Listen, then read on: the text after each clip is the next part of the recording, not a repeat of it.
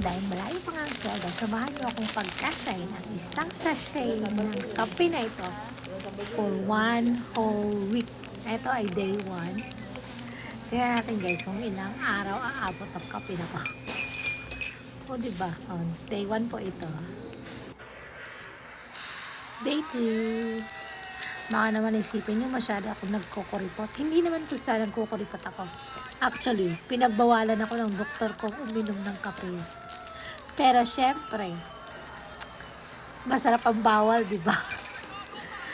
Di, bawal talaga ako sa kape kasi meron nga akong acid reflux. Pero dahil syempre, ayan, maparaan tayo. Hati-hatiin natin ng kape para meron pa rin tayong pampagising kahit pa paano. Ayan, nasa day 3 na po ako. Day 4. O, diba?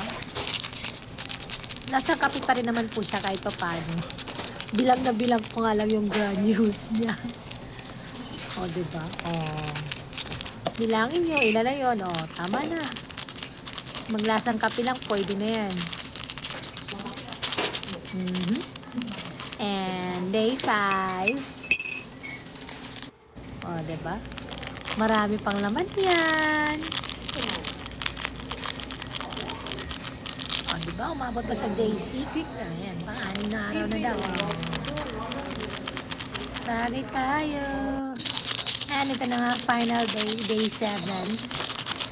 Gusto ko pa sana paabutin siya ng hanggang sahod talaga. Pero, yan, inubos na natin kasi parang too much naman eh.